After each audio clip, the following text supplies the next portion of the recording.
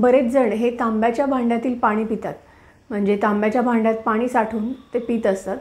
तर हे आपल्या शरीरासाठी किंवा आपल्या आरोग्यासाठी हितकर आहे का, किंवा कुणी तांब्याच्या भांड्यातील पाणी प्यावं आणि कुणी पिऊ नये याबद्दलचा आजचा व्हिडिओ आहे।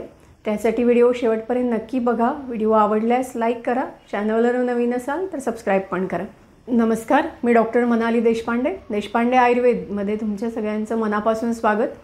खरं तर तांब्याच्या भांड्यातील पाणी हे सगळ्यांनाच सूट होत नाही, म्हणजे सगळ्यांच्या आरोग्यासाठी ते योग्य नाही आहे।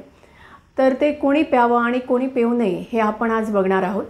आयुर्वेदामध्ये प्रत्येक धातूचा गुण सांगितलेला आहे।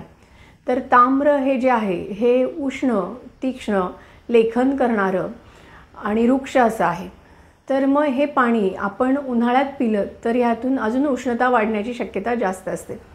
त्याचबरोबर ज्यांना उष्णतेचा त्रास होतो, म्हणजे ज्यांच्या तळपायाची आग होते, डोळ्याची आग होते, ज्यांची पित्त प्रकृती आहे, ज्यांना पित्ताचा वारंवार त्रास होतो, छातीत जळजळ होते, अशा लोकांनी शक्यतो तांब्याच्या भांड्यातील पाणी पिऊ नये। याचबरोबर तांब हे रुक्ष गुणात्मक सांगितलेलं आहे। त्यामुळे ज्यांच्या शरीरातली रुक्षता वाढलेली आहे, ज्यांचा वात वाढलेला आहे, ज्यांची तब्येत नाजूक आहे किंवा ज्यांचं वजन कमी आहे, अशा लोकांनी सुद्धा तांब्याच्या भांड्यातील पाणी शक्यतो पिऊ नये। कारण तांब हे लेखन काम करतं, त्यामुळे वजन कमी असलेल्यांनी शक्यतो हे टाळावं। पण ज्यांचं वजन जास्त आहे, ज्यांना वजन कमी करायचं आहे, अशा लोकांनी तांब्याच्या भांड्यातील पाणी हे अवश्य प्यावं। पण याने असं होत नाही की आपण तांब्याच्या भांड्यातील पाणी पितोय आणि आपलं 5 ते 10 किलो वजन कमी होणार आहे। तर शक्यतो असं होत नाही।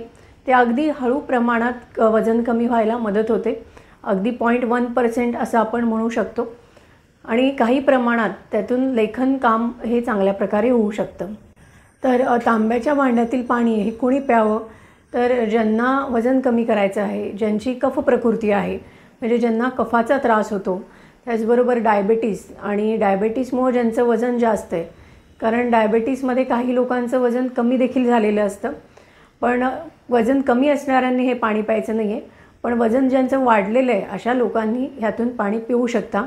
त्याचबरोबर थायरॉईड यामध्ये देखील तांब्याच्या भांड्यातील पाणी पिलं तरी चालतं। तांब्याच्या भांड्यातील पाणी पिताना आपल्याला काय काळजी घ्यायची, तर आपण जे भांडं वापरणार असतो ते अगदी शुद्ध स्वरूपातील ताम्राचं असावं, म्हणजे फक्त तांब्याच्या धातूचं असावं, त्यामध्ये इतर धातूंची भेसळ नसावी। त्याचबरोबर ज्यामध्ये आपण पाणी पितोय ते भांडं हे अगदी स्वच्छ ठेवलेलं असावं।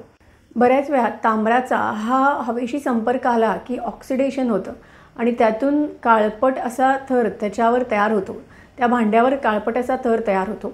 आणि त्यात ठेवलेलं जर पाणी आपण पिलं, म्हणजे ते भांडं स्वच्छ न करता आपण तसंच जर त्यातलं पाणी पीत गेलो तर त्याचा वाईट परिणाम आपल्या शरीरावर, आपल्या प्रकृतीवर होऊ शकतो। त्यामुळे ते भांडं स्वच्छ असणं खूप महत्त्वाचं आहे। याच्यासाठी आपण लिंबू किंवा चिंच याचा वापर करून ते स्वच्छ करू शकतो। नुसतं बाहेरून स्वच्छ न करता ते आतून देखील व्यवस्थित स्वच्छ झाले का याची काळजी घेतली पाहिजे।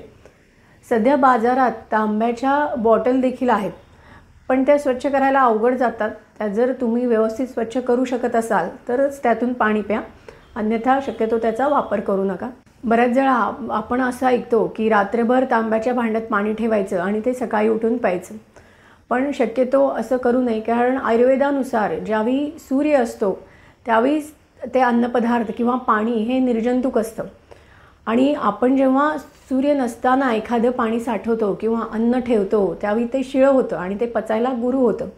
म्हणजे रात्रीचं जेवण किंवा रात्रीचं उरलेलं अन्न जर आपण सकाळी खाल्लं तर ते शिळं होतं। तसंच पाण्याचं देखील आहे। पाणी हे देखील रात्री भरून ते सकाळी शक्यतो पिऊ नये, ते सूर्योदयानंतर भरून तुम्ही सूर्यास्तापर्यंत ते पिऊ शकता, म्हणजे त्याचे चांगले फायदे तुम्हाला मिळतील।